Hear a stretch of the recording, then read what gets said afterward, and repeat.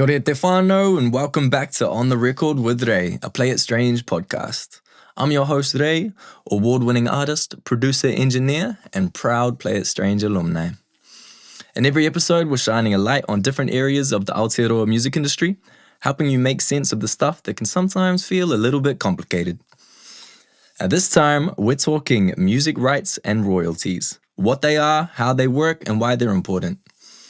We'll break down what organizations like APRA and Recorded Music NZ actually do, how to register your songs to get paid, and the different kinds of rights and royalties out there. And today we have the wonderful Mike Hall joining us to cover all of these topics. Kia ora, Mike. Thanks so much for being here. How you going today? Kia ora, bro. I'm good, thank you. Yeah, great. Choice. Good to hear. For all our listeners, Mike Hall is known throughout Aotearoa as an incredibly versatile bass player and musical collaborator, abandoning the corporate lawyer world for life in a punk hardcore rock band. Mike was the bassist in iconic Kiwi rock band Pluto, who had a double platinum album and won Single of the Year at the Aotearoa Music Awards. Mike has played and recorded with many others, and in 2024 released his first solo album. I don't actually know that. I got to check that out. Good to know. On top of all that, Mike is also the Director of Member Services NZ for APRA, which he's gonna have a cordial with us about today. Pretty flash, all right? All right, let's start with the basics. What is APRA, Mike? And what do you guys do? Thanks for the welcome today. That's really kind. No worries. So what is APRA? APRA is a music rights management organisation. What do? We represent the rights of songwriters, composers and publishers. Our primary job really is to make sure that when there are royalties to pay to songwriters and publishers, that we get that to the right people. But yeah, fundamentally, we're a music rights management organisation that protect the rights of songwriters and publishers. Cool. Yeah, I mean, my experience in Pluto and session playing with other people and co-writing is that I've got this first-hand experience about understanding revenue streams in the music industry and how difficult it is to sustain a career as a performer, a writer, even as, you know, part of the broader team, the management group, publishers, that kind of stuff. So I hope that my own experiences can inform some empathy on my part to deliver better outcomes for our writers across Aotearoa. Yeah, I love that you have that lived experience of actually being a musician and a songwriter and being part of all these different aspects of the industry. I think that makes you the person for the role. So thanks, mate. It's awesome to have you on our team there, Mike. Okay, so that's APRA. So what is Recorded Music NZ and how is that different from APRA? And yeah, what did they do for musicians? Well, and that's a great question. So what's really interesting, if we're talking about royalties generally in the music environment, you have kind of two separate royalties primarily. There are multiple income streams, but if we're talking about the broadcast of music, for example, you have a royalty that goes to the owner of the sound recording, and you have the royalties that go to the songwriters. That's right. There's lots of different terms to describe those kind of two different things, but the master is the sound recording. That's it. Right, and the publishing is the kind of songwriting side. Gotcha. Our team distribute the royalties associated with publishing and songwriting. Recorded Music distribute the royalties associated with the master, so who owns that recording. In the old days, and even now, it might be that a major label administers that or has that right. So that revenue is making its way to the major label, but they have a system there, a process where artists themselves are effectively the label, so can receive those royalties. Yeah. We're really closely tied to Recorded Music, but we are separate separate organisations that have our own distribution practices, which means we pay the money that we pay to our writers on our side and their label owners on their side in slightly different ways. If we take an example for a piece of work where there are those two royalties, the first example is to say, if I record a piece of music and then I own that recording and I release it and I become a member of Recorded Music New Zealand and I register that song with APRA so they know that I wrote that, when that song is played on the radio, I'm going to receive some money from Recorded Music for the use of my recording, and I'm going to receive some money from APRA for the use of my songwriting, my intellectual property. Where it's interesting is if I was to go and record a cover version of your song, APRA would pay you because you wrote the song. Yeah. But if I own the recording, Recorded Music will pay me royalty when it's played on radio. That's awesome. And it's a really interesting ecosystem, but they have a great team. Dean Cameron at Recorded Music is happy to take, and his membership team will take any questions. Cool. So I just implore anybody with questions around those two splits just to contact both organizations and discuss, because that's what we're here for. All of the people are there to help and give you the information. That's right. You just got to reach out sometimes. That's it. I mean, I think that's a strong message for this podcast is like, we have a team of people who want queries and we want to be able to connect writers in this country to our services, and I know that Recorded Music are the same for the artists. That's and right. The labels. They're on our team, Whānau. They're on our team.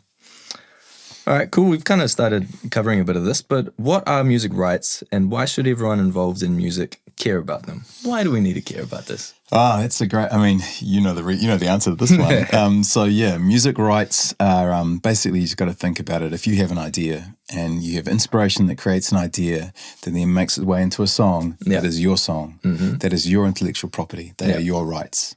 And then as I mentioned before with recorded music, if you then make something from those rights and you have a sound recording, a master, that is also a thing that can be owned. That is, and anytime anybody wants to exploit those rights, and by exploit, it's a really bad sounding word, but it means use that music, be it on an airline when you board, or a radio station when they trying to sell ads and get popular music on their station. They want to profit from it. I think it's like just run a business. Yeah. You know, and it might be like your favorite barber plays the best music, you know, and they're using music as part of their business. Yeah. Then that needs to be remunerated. There needs to be a license in place. So that's we're setting the vibe, so they need to compensate for that vibe that's been set. That's right. If you turn the music off in certain places, and I know they do, like, at the supermarkets they do like a like a high sensitivity morning on maybe Tuesdays or Thursdays, where that's right. If your whānau are particularly sensitive, you go and I've been to a couple of those days, and it's quite odd. It's confronting for somebody that loves the music in the supermarket. Yeah. But yeah, ultimately music rights are like acknowledging that it's somebody owns that intellectual property. And so those rights just guarantee the fact that if someone uses it, that you should be, getting some financial compensation for any of that use and any of that. Yeah, that's right. Being used, right? And I think that even beyond the financial compensation, so when you join APRA, every time you write a song, you go into our portal, which is a bit like a bank portal, or you log in and you register the songs you've written. And then even if there isn't money associated with whatever project, if somebody calls us and says, hey, I'm making a TV show and I want to use today's work, we can point them in the right direction to contact you. Yeah. Because in our system it says what songs you've written. That's right. And then you can negotiate what you would like to happen with that song in their TV production. Okay, cool. So say, for example, you're a mum or your dad, or you're a mum and a dad, and you've given some ideas, or you've actually contributed to a song and you get some splits. How else should we consider splits, and how do you start deciding on how to share around those royalties? And that can be a bit complex for people just starting out, I think. Yeah, that's a really good point. It can be really complex. The most complex thing and difficult thing is emerging artists having those conversations and getting them started, because they're uncomfortable. Yeah. If you have contributed to the composition. Then contributed. Sorry, I just had to repeat them. That's right. I mean, they're important words, right? And there's some subjectivity in the way we might decipher what that means. Yeah. But ultimately, having a conversation before you write, or at the very early stages, and saying, hey guys, what are we doing here? Because so many different ways to skin it. We do collaborative writing weeks at APRA, you've done them. Yeah. And we do what's affectionately called Nashville splits, equal splits. So everybody in the room is getting an equal share of the songwriting. Yeah. That tends to be a really effective starting point. But there are many different ways of skinning it. So somebody might come in and say, look, I've got this almost finished song, and then shall we work on it? And the person that's there just kind of say, let's have a talk about what this might look like. I want to take 60, or I want to take 80, or I'm going to take it all, or I'm going to take 50, whatever it might be. Percentage, by the way, and then kind of work it out. Now, in the case, I think maybe a good example is, my daughter Zani Hall wrote a tune years ago when she was like 15, and she didn't have a bridge, and I helped her with it. And I talked to her about the stuff as a school kid, and she really didn't. I thought she didn't care for it, but then she raised it and said to me, "What are you doing about the splits now that you've written it?" And I'm like, "Great point." And she goes, "I'd like to give you something." Nice. So we set it on a small percentage, but it was more.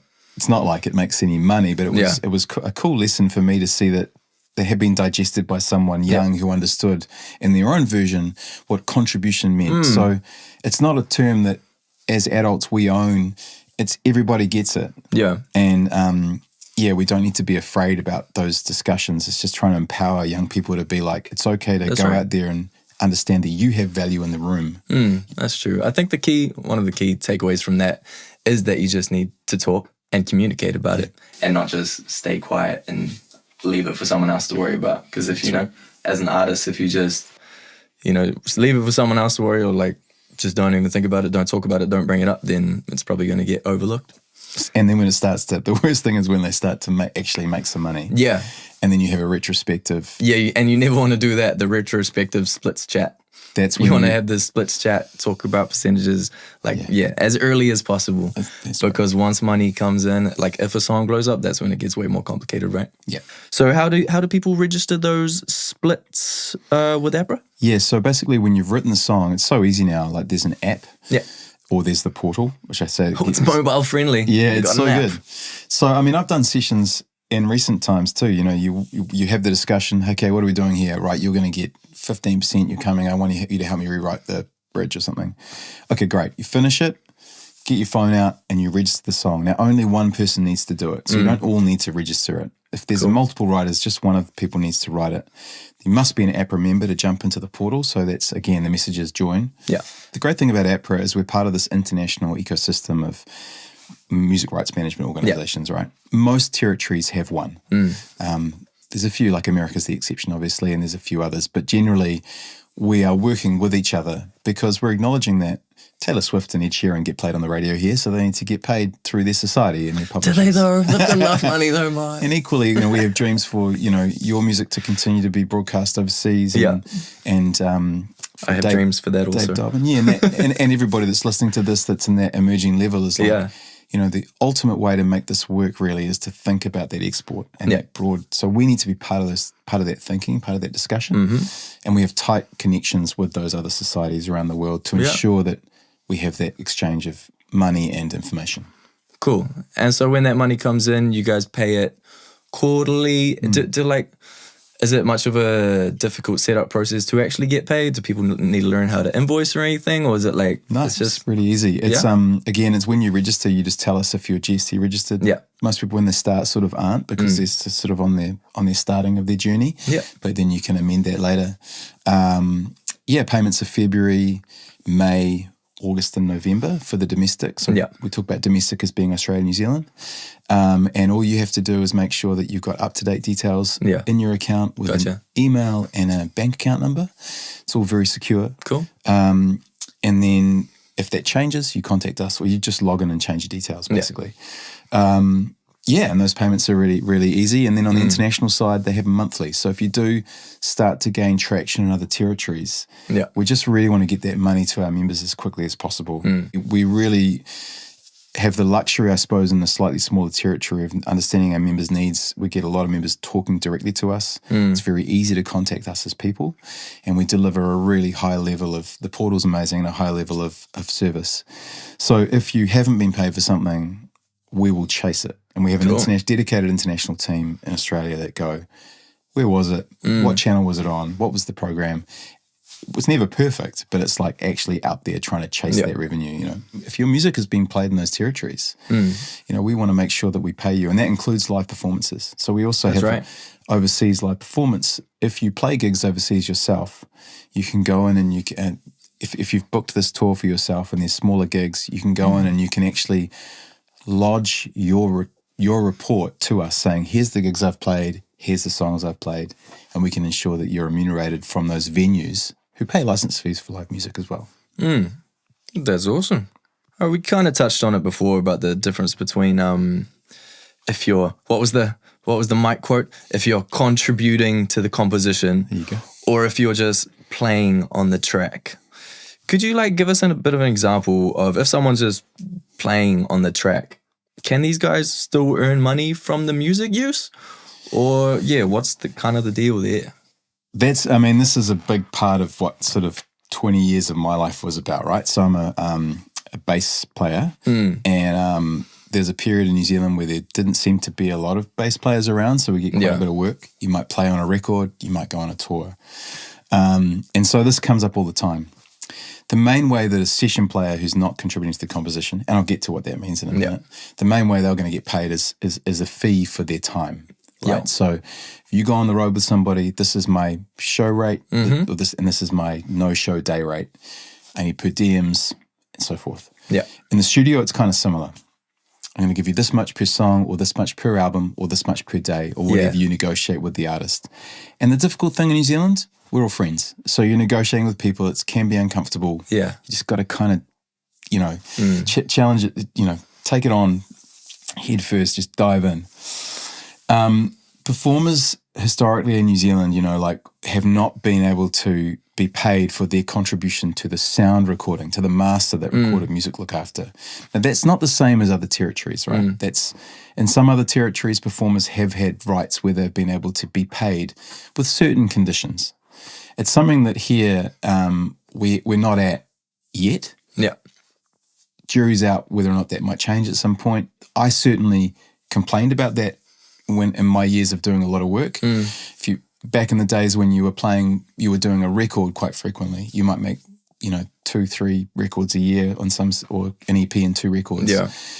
If that mastered well, we saw none of that, and that was something we agreed to. In 2018, when the act changed a little bit, we did sign waivers at that point. So a good producer comes in and says, "Look, here's you saying you're not going to go for any ongoing money on the master side." Yeah.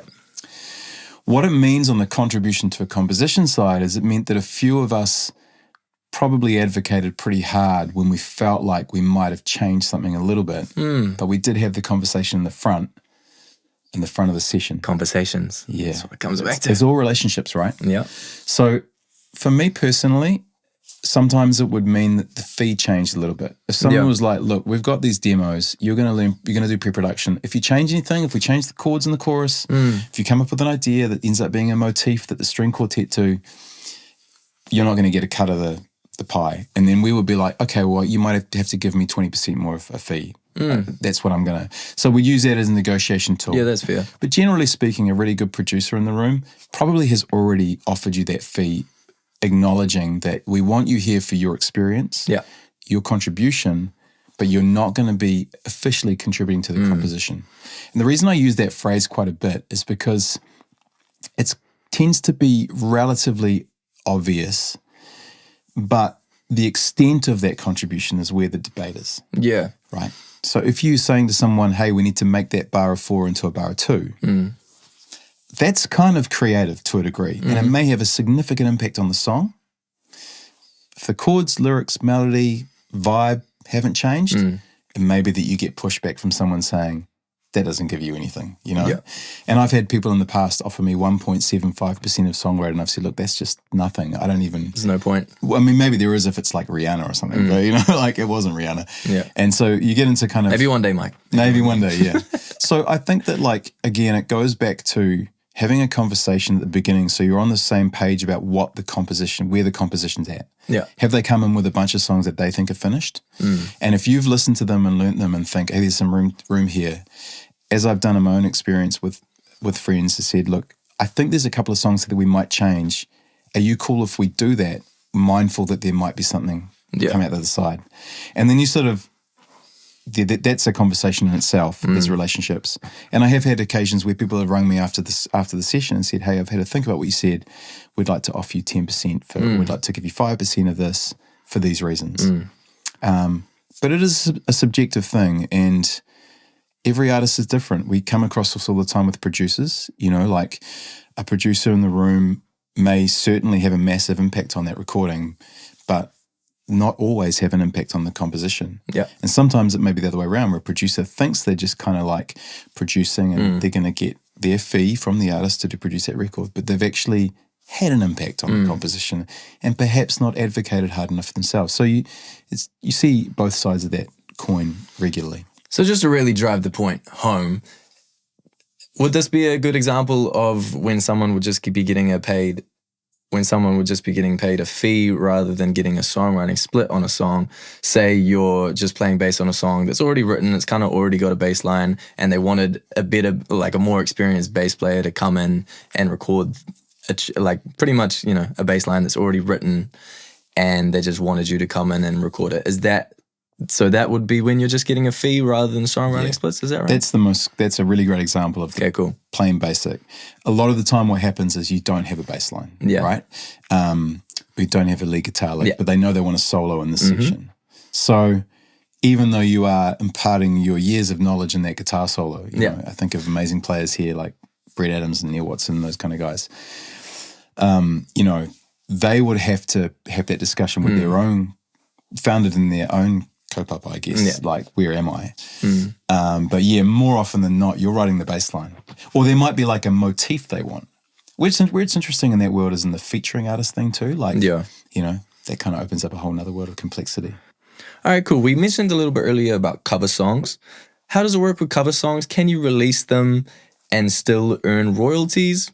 Do you need to get permission if you're covering like a big famous song? Like, how does all that side of things work? Yeah, look, you can record covers, right? That's, but there are some hoops you got to get through to do it. So the best thing to do if you're thinking about recording a cover is to contact APRA and say, hey, I want to do this song. Can you tell me who the right holders are? We use rights holders as a kind of a term that could be, in some cases, just the writers. But if the writers are published, in which case they have somebody that's looking after their songwriting, the publisher will be the person you contact. So you call us up and we say, oh, this work is published by Sony and these two writers are also writers but unpublished. Your job is to then go and get clearance from those people to say, yes, you can record a cover. Right? There's some nuances here that are kind of like a little bit different. If you just record the cover at the moment and you release it in New Zealand and Australia on Spotify already have a license from us. True. And you can't put it on YouTube with pictures because that becomes a different sort of right. It's a synchronization because you're now putting images to their music. Wow. But you can chuck up on Spotify, in which case they receive the royalties as received from APRA and you receive the sound recording. So you can do that without having to get permission from... That's right. You can go and record a cover. Where it gets very interesting, and you don't register anything because you haven't written the song. Yeah. Where it gets really interesting is when you start to look at songs that are no longer in copyright. And the term we use is in the public domain. For those songs, if you change the song, if you make a new arrangement of a song that is no longer in copyright, you register in what we call an arrangement. It's a slightly different royalty. It's slightly less. It's a 50% weighted royalty. Now, in order for that to be out of copyright, the composers will have passed 50 or more years ago, and that will change to 70 years soon. But there is an additional complexity in Aotearoa that we are really mindful of and encouraging of all of our members and other production companies when they talk about music. It's the fact that this idea of time and a time frame on copyright is a very Western, it's a concept that is bedded in sort of Western legal framework. That doesn't work for everybody. So if you decide to go ahead and record a piece of music that is, say, a very old Aotearoa Māori, for example. Sounds like something I'd do. And then, and you'd be the first person to say, hey, I need to contact whānau or whanaunga and say, I'm thinking of doing this. Under the existing Copyright Act, you don't need to do that, but you will do that, and we will encourage that because it's really important to acknowledge that this system is not a one-size-fits-all system. Then that job from there is then you to come up with something that works for both parties. All parties. There might even be competing ownership on that waiata. It might be that two whānau think that somebody's uncle said, that my uncle wrote it. It's like, no, my nana wrote it. So you have to contact both of them. I think that's a really important distinction to make between like the actual legality right side of it and then just what feels right with you as an artist. It goes back to the conversations that you talked about. Like communication is the key to this industry. You want people to know when you're using their music. You want people to know that your music is coming out. You want people that have written with you to understand what their contribution is, and you want the world to know that your music is coming out. you know, and that's all of those things to me fit under the very broad banner of communication. The more transparent and clear we can be, the better we will do. And on the revenue side and sustainability of careers, the more we talk about stuff, the better our artists can understand how to make it sustainable. Because that's the biggest challenge in a small territory here. How do I actually keep doing this as my primary thing? That's it. The other thing to think about is if you are using music that already exists, but you're not actually covering it, you're sampling it or taking it or reworking it. You know, you see a lot of this, obviously, over the years in hip-hop music. You just got to look at like De La Soul's record that took ages to make its way to streaming platforms. And there can be other situations where an artist wants to use an existing quote or something that's... You know, something that's not even that musical, right? That's something like a sample from a speech or something like that. Yeah, in all circumstances, the best bet is to contact whoever owns that copyright. Gotcha. So what's really interesting is that even if that piece of music or speech or anything is owned by quite a big company or managed by a big publisher, there's always room for them to better understand the context. And in many cases, we see that publishers and writers themselves are quite happy for people to use that sample or to use whatever it might be. Sometimes, of course, they're going to ask, what percentage of that am I getting? What are you cutting out for me, right? Yeah. And in many cases, maybe they're going to be hard. They're going to say, give me everything, right?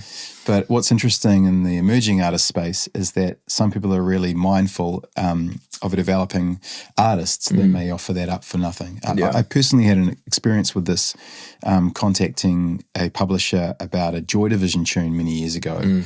And we were going to record a live version and put it on YouTube, which needs clearance because it's got pictures. And I thought it was going to cost a whole bunch of cash. And then the major publisher came back and said, it's cool, sounds great, I can't wait to see it.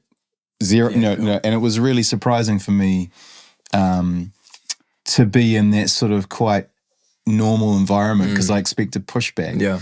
Now that I work at APRA and we deal with publishers all the time, it's no surprise because publishers are people too, and most of these publishers just love music and want great things to happen for their artists. And whereas if you hadn't done that first step and asked for permission and had that cordial first, then, you might have got in trouble and they might have not been okay with it. They might have wanted you to take it down or paid a fee or something like that, right? That's right. And I think as people from here, I think we understand that our smaller ecosystem, history of our country, we kind of get it a bit more. I think that what we tend to see is that people are pretty respectful and pretty mindful. Where it's scary is when you are dealing with other countries around the world who perhaps don't actually kind of think about things the way we do. And we've seen it recently in a little bit of production music, for example, where there was some production music used that was called haka. And nobody's been talked to about it. Never cleared, just built, not even in the reo. Just like something that sounds like that. Really? Yeah. Some chat GPT. Yeah, frightening, kind of like, frankly, I think, pretty disgusting really. So then our job at APRA too is to contact those production houses and say, look, you guys have to show some care here. And that might be because they're building a show in the UK or they're making a show in Italy and they just want, They want some royalty-free haka. That's right. So it's a very interesting environment. Yeah. Oh, well, I'm glad we got you guys helping fight for that stuff. Doing what we can, for sure. Yeah. Okay, so cool. At what stage should an artist sign up with APRA and recorded music? Like, is it just for professionals or should young artists get in there early, like as soon as they start writing songs? So, I mean, as soon as you start writing, maybe not like straight off the bat. Yeah. If it is something that if you do feel like you're going to release or perform your music, certainly join us. And I mean, you can join pretty much at any stage. It used to be that we would say, hey, there needs to be a song out and released was the kind of language we would use. Nowadays, given that there is, so many different ways to release your music, my recommendation would be if you are making music, and you are intending on others hearing that music and you're putting it out there in the world, then become a member of APRA, register your songs. Putting it out into the world doesn't just mean putting it on Spotify. You can have written songs that are not on Spotify, but that you are playing live. Yeah. And there will be a small royalty associated with that if that venue is licensed.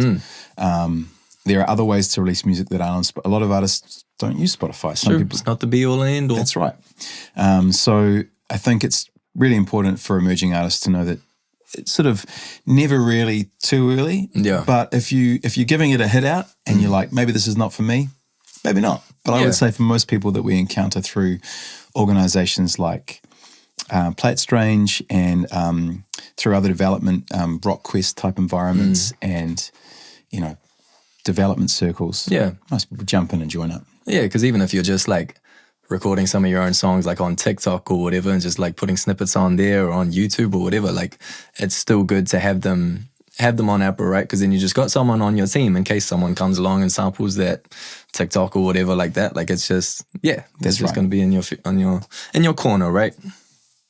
Okay, cool. So we've talked a bit about what music rights are and how royalties work, but how do these rights change when you're releasing music independently versus through a label? Okay, so on our side, it doesn't really change. On the songwriting side, you register the songs. Yeah. You receive the royalties. I'll get to publishers in a minute because it's kind of, even though you've said labels, it might be worth talking about them as another third party. Yep. On the label side, if you sign with a label, again, it's going to depend on your deal with the label. Yeah. Is it a licensing deal? Is it a distribution deal? Is it a full artist deal? Gotcha. Every one of those will have different terms and different contents to the contract. So that's when you get a lawyer involved. Yeah. And that lawyer will go through the contract and tell you what you're giving away, what you're getting in return. Obviously, on the recorded music master recording side, things will change there because you no longer will own those masters. Yeah. You'll still receive a little bit of revenue, but so will the label. So as far as the actual royalty side of things goes, it doesn't really change too much on the APRA side, a little bit of change on the recorded music side. But yeah, understanding the contract is really important. And that's when you need to probably have a plan to, if you've got a label interested in you, it's worthwhile investing in a lawyer just to kind of run you through what you're signing. And if you're confused as to who to contact or who might be out there, or you don't know that that's the step to do, then you contact us or you contact Recorded Music and you say, hey, this thing's happened. And we're like, great, well, let's get you to this person. What's interesting on our side at APRA is that we deal with publishers all the time, right? So a publisher is someone who is an organization that goes, hey, we think there's actually value in your songs beyond value that you can generate. Yeah. So they might have relationships with other production companies or other international international organizations. And they've come to you and said, we're going to generate more money, but we're going to clip the ticket. We're going to take a little bit. And those deals, again, are contract by contract. Yeah. We represent publishers and organise distributions to publishers in the same way that we do to our writer members, right? As an APRA royalty that goes out to the songwriters, if you are published, your publisher will receive 50% of that and you'll receive the other 50%. So you still get money from us directly. True. And then your publisher will account to you according to your agreement. So if they're taking, say, 25%, you'll get 25 back to you, so half of that 50 they've got at whatever account. But that's just how it goes standardly, is they'll take the 50% and then the artists take 50% and then it goes and splits from the deal. That's right. Okay. Gotcha. So it means that the writer's getting something in normal distribution and so is the publisher, and then they work it out. Yeah. What's interesting is on the other side of our world, which is a reproduction royalty driven through the AMCOS part of our business, is that a publisher receives AMCOS and then deals with it. But if you're an APRA writer who's also an AMCOS member, don't want to get too complex, you'll receive that money directly. The AMCOS side of things can be confusing for some people, and I recommend anybody wants to discuss the AMCOS, because we're APRA and AMCOS. Yeah. Anybody wants to discuss the AMCOS side can just call us up and talk about it. It's a slightly different right, just a few different nuances, but we still administer them. Still here to help. Yeah. If we got any questions, that's what we like. Okay, so most emerging artists, we're independent artists managing everything ourselves. What's some of the best ways to stay on top of your rights and royalty registrations? I mean, what you just said is just so on point at the moment, because I've been talking to people about like management. Yeah. Right? It's difficult in a small territory like ours to find people that want to manage. Most people are self-managed. This is true. I wish it wasn't the case like that all the time.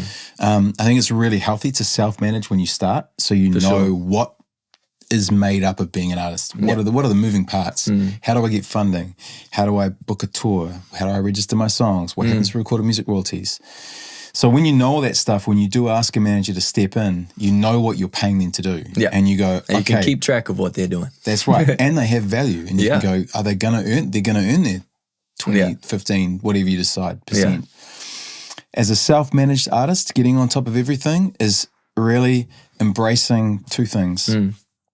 Firstly, you're running a small business, and acknowledging that means you're going to be kind of at least semi-serious about getting your ducks in a row and just kind of going, I want this to work.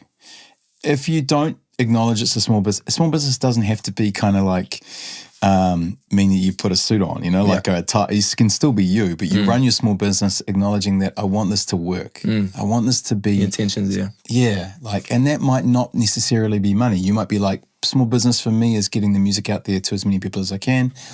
And then it might change. Now I need to make some money, or it might be money first. And then you might quickly realize that, hey, you got to be in this for the long game.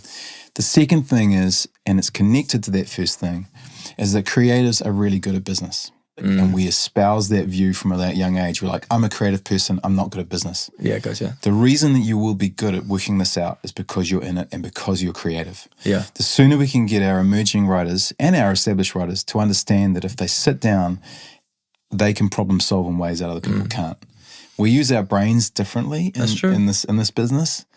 We, some of the stuff that we do to get better at our instruments and better at our playing and better at our writing, it utilizes a part of our brain that is really, really useful in business. And we see it with some of our bands and artists that embrace that challenge. They really go well. I've seen some incredible spreadsheets from people you would never believe, We love a good spreadsheet. Yeah, I mean, there's some sort of random heavy metaler who you think is like, I'm thinking back in the late 90s, who might be terrible, seem completely disheveled and out of sorts. And they've got the best Excel spreadsheet. Yeah. They're making tours that are profitable and they understand all the revenue streams. Yeah. And it's because they've sat down and somebody said to them, it's your job, bro. You got to do it. So I would say that's the two things. If I was going to add anything onto that as part of that kind of business practice, if you're in a group of people, if you're with your friends and you're doing a band, seems to be a little bit less of this these days, but I love it. It would be to divide up some of the responsibilities so that you can actually go have a stake in it and be like, I own this and I'm going to do it for my team. And then at some point later, if you still haven't got a manager, swap with somebody else. Yeah. Right. And I think that, that's a good call in the band situation, right? Just learning how to delegate and share the load, because there's a lot of different things you got to do when you're writing a song, releasing a song. So if you're sharing the role, then everyone's got more ownership of it and people have more stake in actually staying together as a band, right? That's right. And I think that you probably can attest this, the more you write, kind of easier the writing, not easier, but the more natural it feels to you to be in that environment. And when you're challenged, you're like, I think I got this. Yeah. The hardest thing in our business is actually putting the pieces of the puzzle together on the other side. You might have finished your record and you sit there for 8 months working out how to release it, how to get people's eyeballs on this. And it's so frustrating because when you're in the studio, you were in your happy place, So really developing tools to deal with that is hugely beneficial. Yeah, the studio is definitely the happy place and being on stage is the happy place. But I think, like you say, the reality of the situation now is that we have to be those business people and we have to be those administrative, organizing people as well. So part of that is registering your songs on APRA and making sure you've got that all done. I've just got a spreadsheet, a list of things that I have to do every time I release a song. And so just writing up those lists makes it seem less intimidating, and it just makes sure that you also don't forget to do those little niggly things like getting a ISRC number for your song or making sure it's all linked with your on your APRA. But what should artists be aware of before they sign anything? Whether that's a contract, a sync deal, or a distribution agreement. And what's the difference between all those things? Well, I mean, so the different deals. So a label deal is going to be very different to a publishing deal. Yeah. They've all got different ideas of what the rights, what the obligations and warranties of each party is. So if you're signing a record deal, how many albums is it, or how many tunes is it? What are the options? Publishing, what's the term? What sort of advances are you looking? Do you want advances at all? What's the relationship? Which territories is it? Is it locally? Is it international? So all of those questions are really the best thing to do if you ever get in that position, and get offered those kind of deals, which, we want more of those, right? We want a really healthy major label environment. Yeah. We want a really healthy indie scene. Yeah. And we want people DIYing it to the max. We need all of those things. We need for a all of healthy those industry. things. And they all kind of feed each other, Yeah. So it's really important that that in signing these deals that you yourself read it. Yeah. So the first thing to do is to read it and talk to your whānau, talk to your friends if you're comfortable. And then before you sign it, you get legal advice. It's kind of that black and white. Yeah. There's so many different nuances between those different deals when you're kind of like signing something where somebody else is representing your rights. On the contract side of things, the synchronization that you mentioned, synchronization is really something that essentially is putting pictures to your music. And a synchronization agreement, it's understanding that sits outside of APRA. It sits outside of APRA and recorded music because the production company, for example, that might be using a song for their TV show, that TV show we broadcast, say on TVNZ, TVNZ have paid a license fee to us. So we already have revenue to pay to the songwriters from the broadcaster. Yeah. The production company doesn't pay the APRA license fee. The broadcaster does. True. So when the production company is negotiating with the artist and saying, I want to use Ray's song on this episode of this TV show, they will negotiate with you and they'll say, what do you need to get paid for the use of your songwriting, your publishing? Yeah. And what do you need to get paid as the owner of your master? There's two sides. Once you guys have agreed on that number, we don't see that money. That is completely between those two organizations. Gotcha. You and the production company. Then when the cue sheet is lodged with us saying what songs are in that episode of that show, we will make sure that you get paid your correct royalty as received from the license fee from TVNZ. Yeah. I hope that makes sense because there's a few moving parts. But there are lots of those kinds of agreements where, synchronization contracts. We talked before about sampling. If your music has been used in somebody else's music, it's kind of trying to get somebody that you trust to draft something up that has some pretty explicit terms. Yeah. So that you can be on the same page with the artist that's using your work. Cool. So I guess the takeaways from that is that, anytime there's contracts involved, anytime you get sent big sheets and you got to sign something away, really just make sure you read the whole thing. And if you don't understand things, just ask for help, right? Get friends, whānau, anyone that might know anything about this kind of stuff, get them to help out. And hopefully you can get to the point where you can get some legal advice as well if it's a more serious deal. And so you get to the stage where you understand everything and you're all good to sign that dotted line. Yeah, and just call us up. I mean, that's the other, like I said, again, APRA's there to help. And there's others like us, we've got incredible wealth of people that, like the New Zealand Music Commission, there's, all of these organisations, MMF, IMNZ, New Zealand On Air, everybody's here because we love it, right? We want more music and we want things to work. So we want things to work and we want things to be fair. That's right. And the worst that can happen is somebody says, I'm sorry, I can't help you. They're also going to say, why don't you try calling this person? That's true. And we find that, when people get to us and they realize we're just people, everybody's shoulders go down, right? Yeah. It's just that first call. Yeah. They're just people and they're also musicians most of the time, which I think helps a lot as well. Have you seen any mistakes artists make or deals that they've regretted that may be a bit relevant for emerging artists? Yeah, we see a lot of mistakes, right? We tidy up a few registrations. I bet. think it goes back to that first thing of like people registering songs not with the right splits. Yeah. Somebody going, it's all mine when it's not, or even the opposite where they've cut in all their mates. And they've realized that when they've got that synchronization deal for a TV show, they've had to get all of those different people to sign it. Yeah. And one of them was just in the, I don't know, they were just being nice to their friends. We see those kind of mistakes a little bit. Other mistakes we see is like people delaying registrations. So joining a bit too far down the track. It can take some people years. We're nagging them. We're going, dude, we're holding some money here for you. Yeah. We've got the money. Let us give you the money. It can be song registrations. It can be spelling mistakes, all of the kind of basic stuff. We get on top of it pretty easily now. That was the first part of the question. So yeah, we see a lot of different mistakes. I think personnel mistakes, I think be patient with people. If you're in a band, a collective group, like I said, if you've got a manager that you're kind of like rubbing the wrong way, just try and figure it out. Like exhaust everything before you change your team. Yeah. Joe Strummer said it in a fantastic documentary, West Way to the World, 1996, and he talked about the drama topper, you know, like getting rid of him, and you can see he's almost going to cry when he's looking in the camera. He said, when you've got your team, don't change the team. Keep the team. Try and keep it together. What was the second half of that question, bro? Just any deals that they might have regretted. Yeah, I mean, I think there are definitely some deals where you got to be mindful that when you sign things like composition contracts or you know, deals with third parties, that you're satisfied that you understand the conditions of that. So if you tie yourself into a long-term agreement with a publisher, you know, that might be great. It might be what you want. Just understand the term. Yeah. And on the kind of like composition, we also obviously represent screen composers, right, who write a lot of music for television productions and films.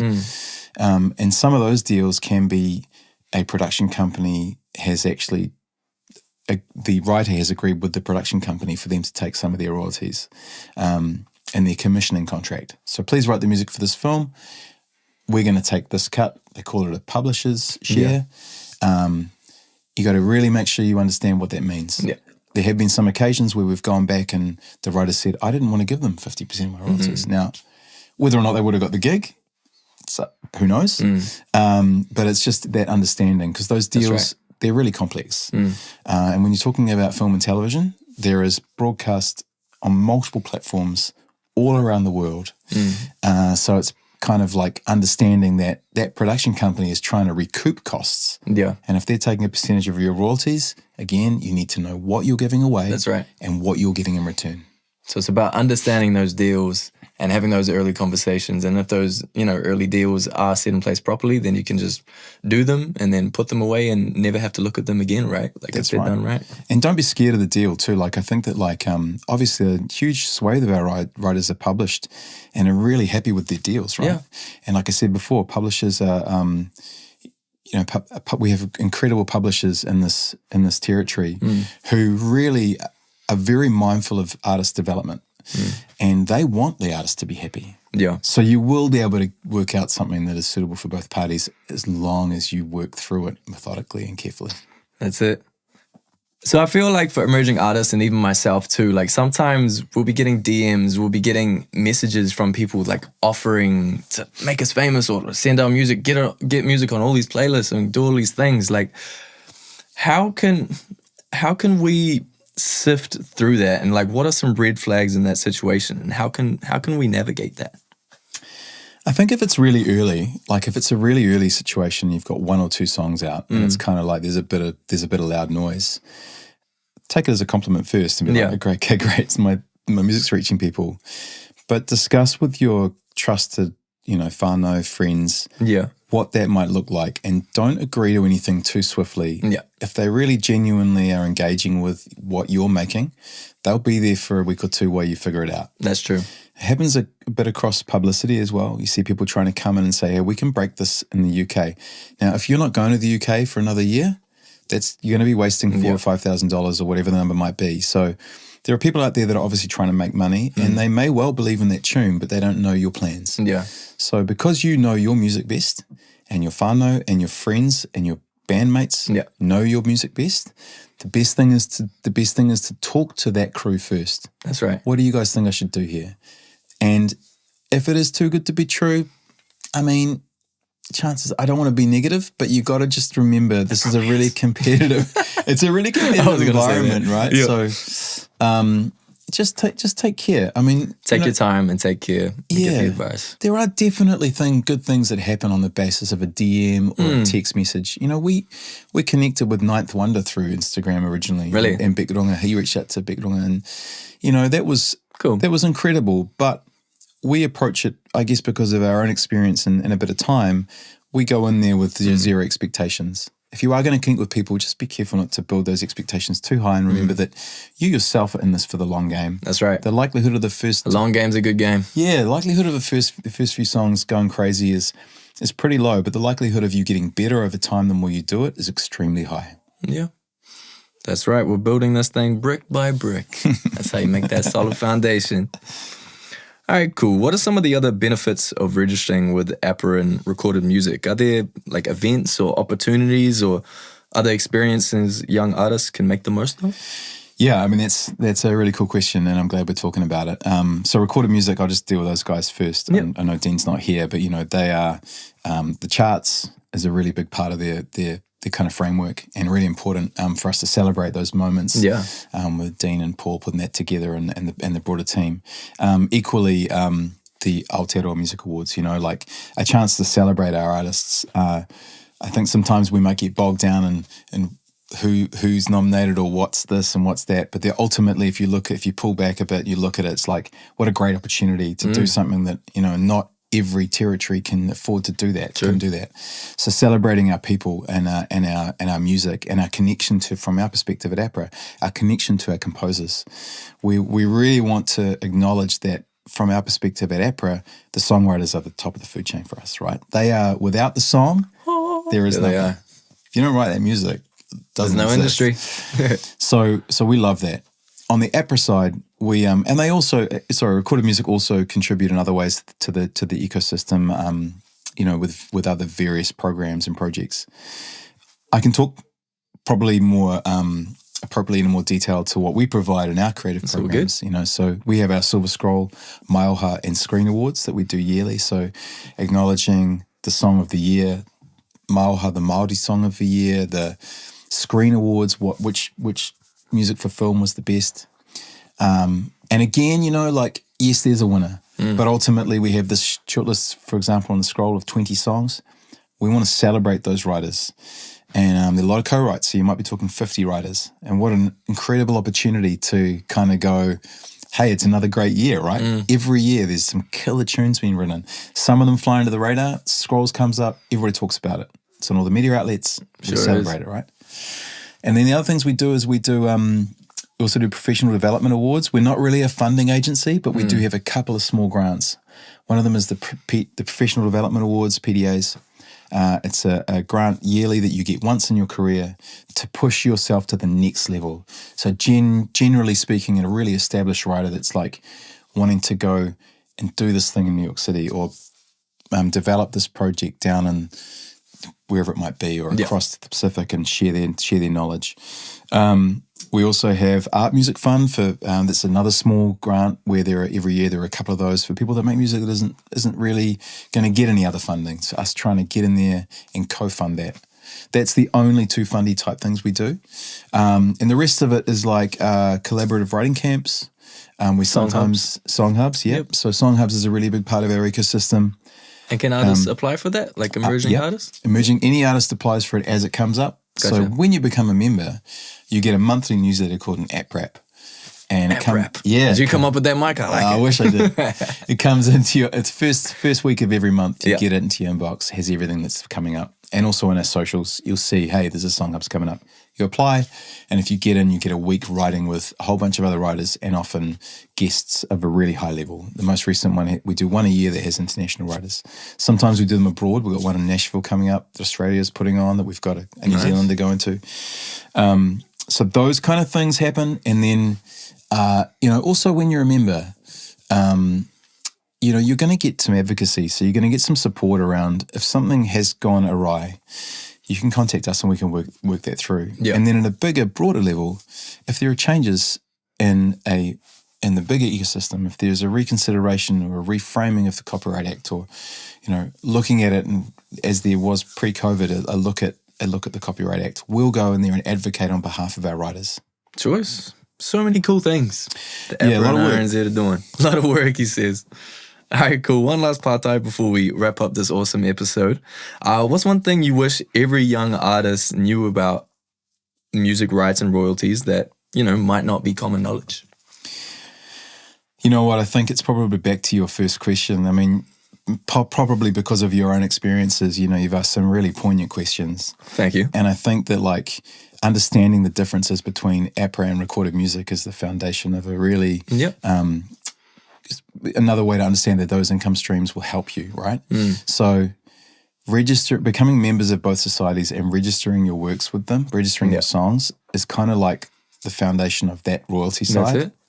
I think additional to that, is talking to us to kind of get a handle on what the music industry looks like so that we can encourage engagement with New Zealand On Air, Music Commission, Recorded Music. Every one of them will talk about each other in a positive light. You know, AMNZ, MMF, Music Producers Guild, the SMSG, Screen Music Sound Guild. Just trying to understand that we all partner together. So it's asking those questions so that you can join what you need to join to improve things for you. And then if you can build that, then you'll understand that in order to survive, you'll know which pies to pop your fingers in, because you can't do it with just your live gigs, APRA, and recorded music. Yep. You've also got to understand merchandise. You've got to be in understand all the management, pies. publishing, labels. Maybe you've got to teach for a bit. Maybe you've got to teach them. Maybe you've got to do mentoring in schools through New Zealand Music Commission. It's all that kind of stuff that I think is, if I could have spoken to myself at 19, 20, I think I would have had more of those things kind of sewn up. It took me till about 28 to really understand that stuff, by which time we were lucky enough in one band I was in to be signed to a record label, but we learnt it through them, not from our own volition. So find out about all the things you need to do to make it sustainable, and then you can do it. And you know what, you might have to work. You'll be a barista. You'll be teaching guitar. We love making coffees. Yeah, you'll work in a restaurant. Maybe you're studying. Maybe you'll be an accountant assistant or a paralegal. But we want music to be right up there. And thank you, Ngā mihi nui ki a koe, for helping us put our music right up there, Mike. Really appreciate you. And ai tino pai o kupu. I've learned a lot, and I know that our listeners will have learned a lot too. So thanks so much. This is an area of the industry that, a lot of us don't know about. So I'm stoked to have had this kōrero and help, understand these differences between all the different things. For all our listeners out there, if you enjoyed this episode, go and check out Mike's album, Nothing Stands Still, so he can earn some more music royalties himself. Plug. We love it. All right, that's all for now, whānau. Thanks for listening, and we'll see you on the next episode of On The Record with Ray. Ka kite anō. Te wara.